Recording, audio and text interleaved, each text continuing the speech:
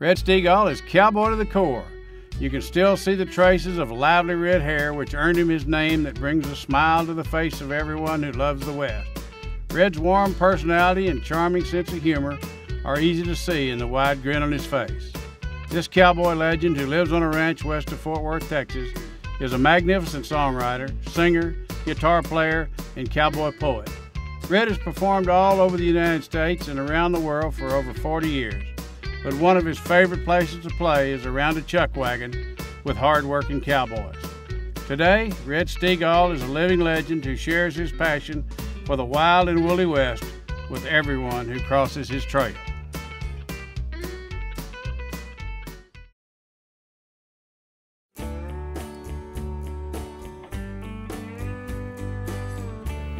I was born in Gainesville, Texas. My parents lived in Montague County, been there for 4 generations on either side. My mother was a school teacher for 41 years, and Daddy could do anything with his hand. He could lay rock, smooth concrete so slick you couldn't stand up on it. He was a great carpenter. So he did a lot of different things with his life.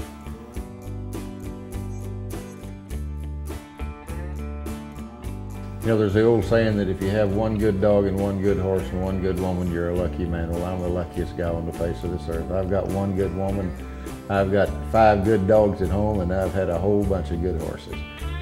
I had a horse by Mr. Sanpepe that was more like a dog than he was a horse, and I just dearly loved him. I taught him to do tricks, how to count, and shake his head yes and no and smile and do things like that, because I used him in the rodeo arena and the kids loved that. And then I had a little white horse that I roped on for 19 years that was absolutely my best friend. And so when you talk about dogs and horses, I've had more than my share. I'm lucky.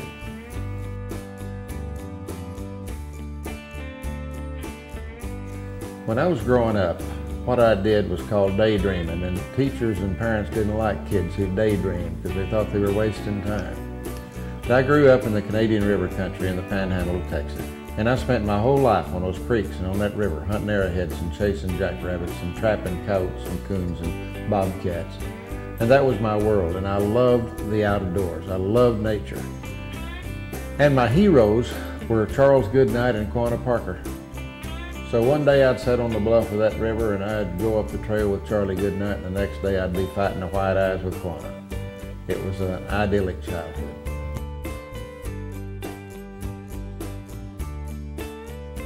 From the Western way of life and from our agrarian ancestors, we learned that honesty and integrity and loyalty and work ethic and dedication to family, conviction about your belief in God, and practicing common decency and respect for your fellow man every day is the most important thing in your life, because that's what creates and maintains a harmonious society. It's that sense of values that we learned from the cowboy way of life that I want future generations to understand, because it doesn't make any difference what you do. If you don't get along with other folks, it's not going to be a pleasant life.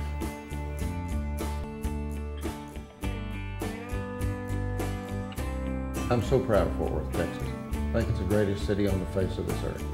It maintains its heritage. A fellow told me one time that said, Fort Worth, Texas is the only place I've ever been that had a soul. And I honestly believe Fort Worth has character, it has a soul, its people belong to a particular culture that they're proud of, and they want to maintain it.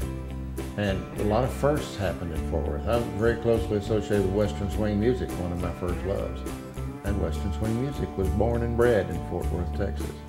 The Cowtown Coliseum that all of us dearly love so much was the site of the world's first indoor rodeo. A lot of firsts happened in that building. The first radio broadcast of rodeo, the first television broadcast of rodeo. Side opening chute gates and Raymer bull riding were introduced in that Coliseum. So it has a tremendous history. And I'm so proud of Fort Worth's contribution to the livestock industry from the days when it was the last supply point for the trails, the wagons, trailing the cattle north before they crossed the Red River into Indian Territory. From that time until now, the livestock industry is still the lifeblood of this part of the world, and Fort Worth contributes greatly every day.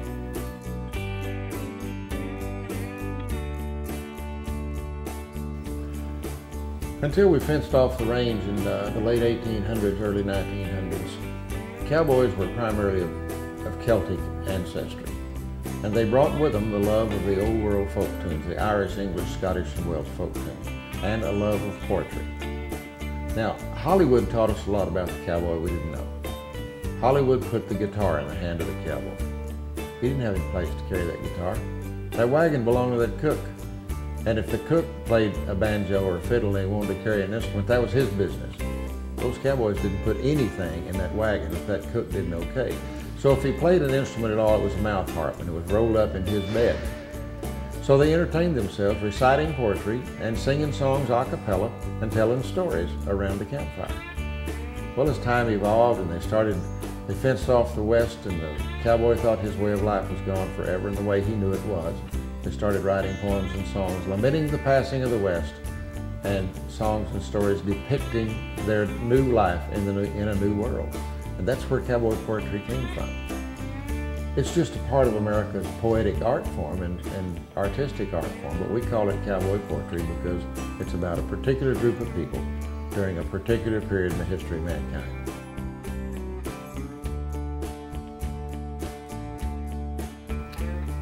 If we don't know where we've been, there's no way we'll know where we're going. And so the study of history is so important to all of us because it makes us understand what got us from point A to point B.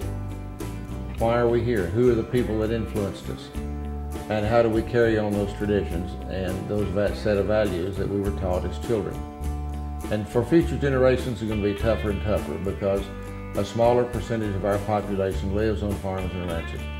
Smaller percent of our population experiences life and death in the cycles of life and death on a farm or a ranch.